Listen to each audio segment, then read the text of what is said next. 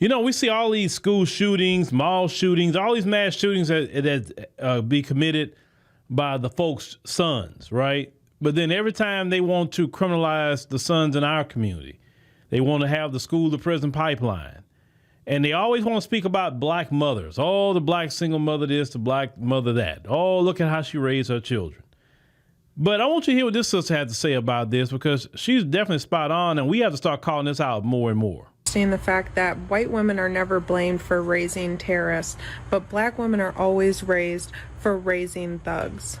It's very interesting the amount of white male mass shooters that their mothers never receive any blame, but the second there's black on black crime, all of a sudden it's the single mothers that are the problem, both from white people saying this and black men. So why is it that we're to blame for black men perpetuating violence against one another, but when it's white men that are perpetuating violence against one another or against children, their mothers aren't to blame?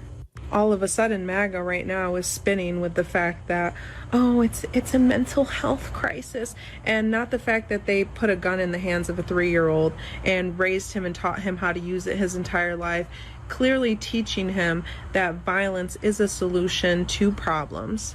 He was raised in a very Republican family, and from the politics that we see today that represent them, we can already know the things that he was likely being taught, that immigrants aren't human and should be eaten by alligators, that trans people are delusional and,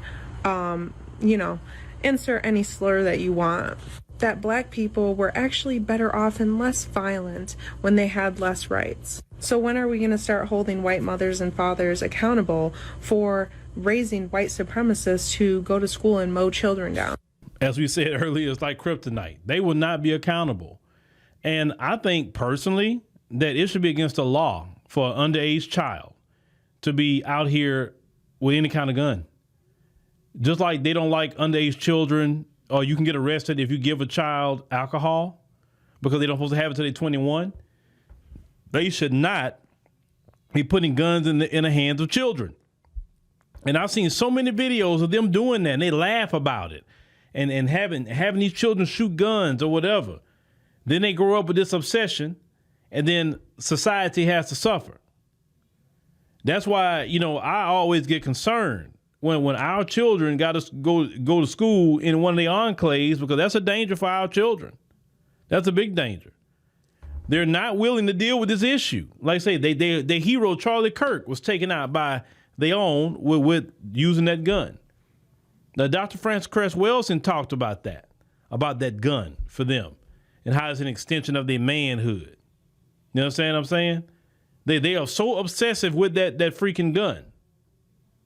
Like it's going to save them from something, because it's not. Now, this is why I don't want black mothers to be out here listening to their talking points, or any of you black men trying to use talking points that come from straight racists on black women. Oh, black women, they raise thugs. Black women, but you never talk about what the white women are raising. You never talk about that. You never say, oh, these white women are raising school shooters. You never say that. And then you give the excuse, well, I only talk about my community. I'm not talking about them. But they're talking about you. They're always talking about you. They can't get you out their mouth. They will gloss over their own community to be talking about yours. So why aren't you talking about them? Because they're trying to compare and try to say that black women are raising the most horrible sons, which isn't true. It's not true. But yeah, you're not going to look at it and say, wait a minute. Look at your community first. Talk about your people, your issues first. You ain't got no room to talk about us. And black folks got to start responding like that. Start pulling up everything they do. Say, when you start cleaning this up, then come talk to us about our issues. You gonna sit up here and try to correct us like even the Lord talked about that. How you gonna correct your brother when you got a plank in your eye? Take the plank out of your eye first, so you can see clear enough to try to correct your brother. They got a boulder in their eye. That's what they got. They not seeing straight at all. They need to go fix their issues and their problems. Where I'm at with it, I don't want to hear nothing they got to say about black people. I'm keeping it 100. I don't want to hear nothing they got to say about black people. Until they fix their own issues, and I mean all of them, then you can come talk to me about black people. We'll talk about black people. We'll talk about what black women are doing or black mothers are doing, because we're part of this community. Part of gatekeeping is keeping people from speaking on, and you don't participate in speaking down on black people. I don't care what a black woman is doing. I am not going to go join with them to speak down on a black woman. No. I don't care how wrong she is. We'll talk about her. We'll deal with her. Same thing with a black man. I don't care how wrong he is. I'm not joining with them to speak down on, because they don't join with us to speak down on their own people, right? No matter what horrible the things they do. No. Don't be being used for propaganda. And for those who want to be used for propaganda, I see them. Them folks, listen, when them folks trying to get power and all the things they're trying to do, you're not going to be included. You're still going to be at the bottom. And I know it's a coward in you that rather be a lackey underneath them than stand on your own 2 feet as a man, as all woman in the black community. I know, because they got people like you during slavery. That you'd rather be a Stephen in the plantation than actually be somebody that's going to burn down the plantation and get free. I get it, because some of you are descendants of cowards and some of you are actually descendants of heroes. I get it.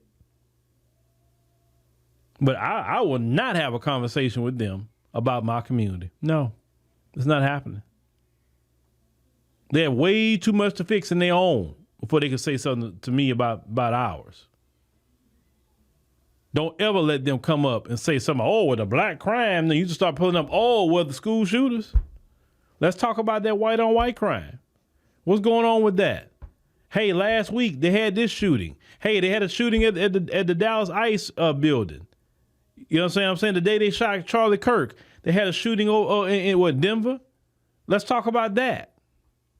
Y'all never want to talk about it. You talking about Charlie Kirk. You talk more about Charlie Kirk than children who have died in school shootings. Why aren't you talking about the children? You're like that for children. But you want to talk about a black mother, please, and her sons, please. And the black sons that's out here are committing the crime. They're doing it to black people. They're not bothering y'all. They are in their community doing crime. Not that I don't support it, no. And I believe they need to be taken out of that community. But at least if they are doing something, they doing it to against somebody. They're not going to do things against innocents. But I don't want black people to ever accept anything they say to you. If they try to come speak on you, what about black on black crime? Block. Don't even engage them. Block. You see them kind of videos, them talking down on black people? Block. Block. Get rid of, ban, don't talk, no talking, no arguing to defend. You don't have to defend the community. No reason to at this point. Block, ban, delete. That's all you have to do with them. We have to really get into that habit of block, ban, delete. We don't want to hear what you guys say. We don't want to deal with you. Now those of us who are in this space that articulate what they're doing, that's one thing, because we kind of have to. But the rest of you, keep your peace. Block, ban, delete, no debates, no nothing. Period. Because we got to start. We have to cut off access to us, and that's one of the best ways to do it. Definitely online,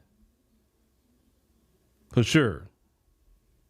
Then they'd be crying about that, y'all. They'd be crying, Martin Luther King was against segregation. Now y'all basically want to segregate yourself? Like, oh, hell, what do you want? 1 minute you say you got black fatigue, now you're crying that we're talking about segregation. You never happy about anything, are you? Because that's how they are. They cry when black people tell you, but I don't care how much they cry. Let them cry.